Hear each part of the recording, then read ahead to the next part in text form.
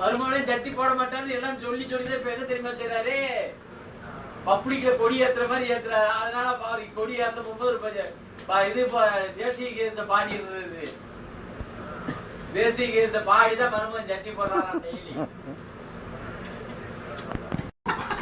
Video எடுத்துக்கிட்டு இருக்காரு, போட்டுருவாரு யூடியூப்ல. இன்னைக்கு யூடியூப்ல போடுறதுதான் இன்னைக்கு.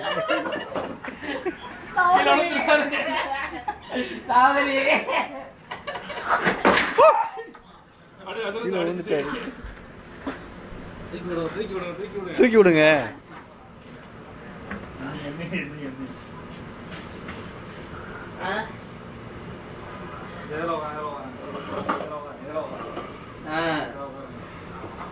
ஏதாவது ஆச்சுனாக்கா சீன் இருக்குதுல்ல, யாரு காரணம்னு.